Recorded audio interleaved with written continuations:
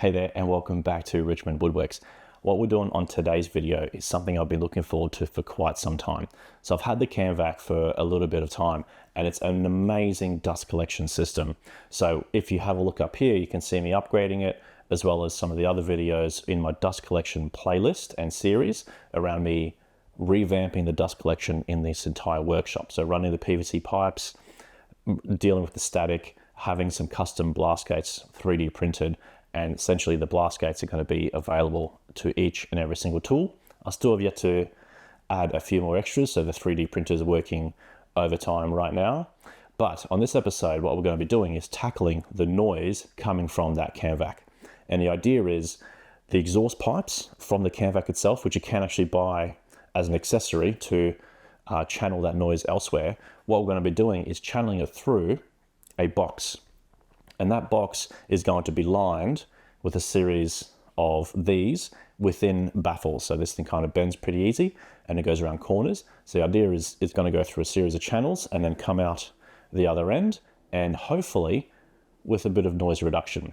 To be honest, if I lose 5, maybe 10 decibels in this workshop, that'll be fantastic. I'm still going to use ear protection, obviously, but it just makes things a little bit easier and nicer to be inside here. Anyway, so let's get on with it, because the first thing we need to do is start cutting a lot of the timber, and I'm going to be using scrap wood for this one. And I know what you're thinking. Hang on, you've painted everything nicely and all of a sudden you're going to have this thing made out of scrap wood. I have an idea. And hindsight's 2020. I wish I thought of this a little bit beforehand, because I would have definitely integrated into the system before. The idea is I'm going to be putting it under the miter saw station itself, inside those toe kicks. So those toe kicks are 100 millimeters tall, or about 4 inches. And I'm going to make that box probably span the length of this thing to have those series of baffles and chambers to minimize the noise going from that Camvac. I reckon that's pretty smart thinking. Anywho, let's get on with it. Let's start finding and then cutting up some of the scrap timber for the project.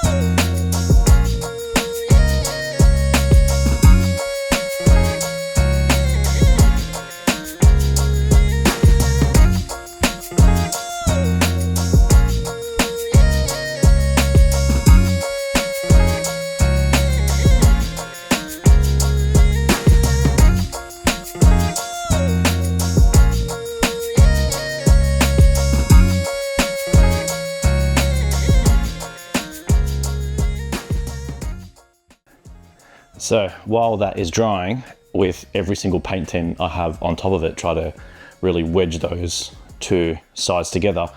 I need to clean up the workshop a little bit because it's absolute pigsty, as you can see behind me.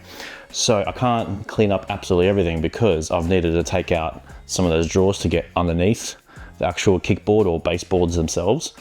And that's where I'm gonna put the Camvac muffler itself. So I'm pretty excited just to have it completely out of the way. I don't have to even think about it. And that's also why I didn't really worry too much about what material I was using for it. It's just whatever's laying around the workshop, whatever I had in excess. And it's a really good opportunity to just use some of those scrap bits of material I have left over. So what I need to do, I'll just do a quick tidy up, because the next thing I'm gonna do is take out that second cabinet there, because otherwise I won't actually wedge it underneath the kickboards themselves. So let's tidy up, do a bit of a broad cleanup, and then, well, we're waiting for some glue to dry, I suppose. So let's get to it.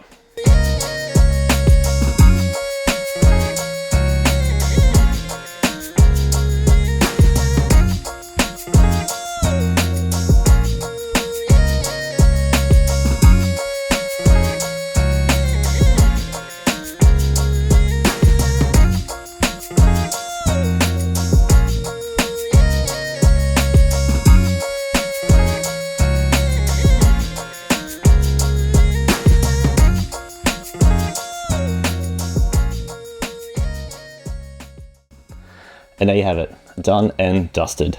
Pun again, very much intended. So the muffler box is in, it's sitting underneath the toe kick, so you won't even see it. And hopefully with all the carcasses and the drawers and everything on top, it will reduce the noise somewhat as well. I did a rudimentary test just before, just with my ears, and having just the two pipes exposed versus running through the muffler box, it is noticeably quieter, which is good. And I'm super interested, once everything's back on, how much of a difference that's going to make. And I aim to do that all in a future video. Because I had a question/comment in one of my other videos, just questioning, you know, the pipe work and the turns and the bends and all that stuff, how much it's actually reduced the overall performance of the system. I haven't had a chance to measure that just yet, but I definitely aim to do so. So I aim to do the measurement, the speed, the CFM, and the noise in an upcoming video, so you can all follow along and maybe make something like this for your Camvac.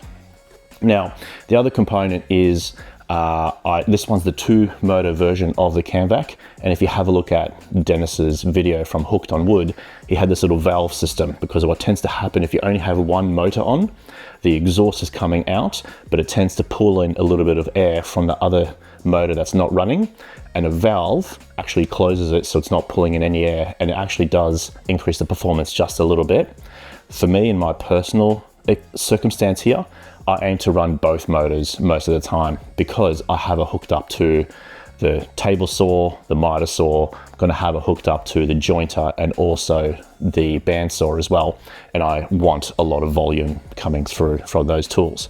Now, if I have to use something like a sander, which you don't want a lot of suction on, I aim to use my Festool shop vac instead. So that's just my circumstance. If yours is different, then maybe consider putting some of those valves in.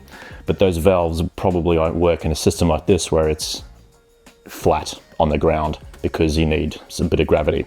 And I thought about maybe introducing something in the future, but we'll wait and see how that goes. Anyway, what I need to do now is put everything back together and clean up this massive mess that I've made in the workshop. And finally, I'm gonna have the dust collection almost complete. I'm this close, like super close. But anyway, I'll save the updates for an upcoming episode. So like, subscribe, and all those good things if you want to keep up to date with the channel. And please do leave a comment, because I think the fantastic thing about woodworking is that there's 1,000,001 ways to do and achieve the same type of goal. And if you have something as a suggestion or a comment, please add it below, because you know, we're all learning together, which is great. Anywho, enough procrastinating. I think I've put off cleaning up my mess long enough, and let's just get to it. So I'll see you all in the next one, and hopefully you have a great weekend in your workshop, and take care of yourselves, everyone. Bye.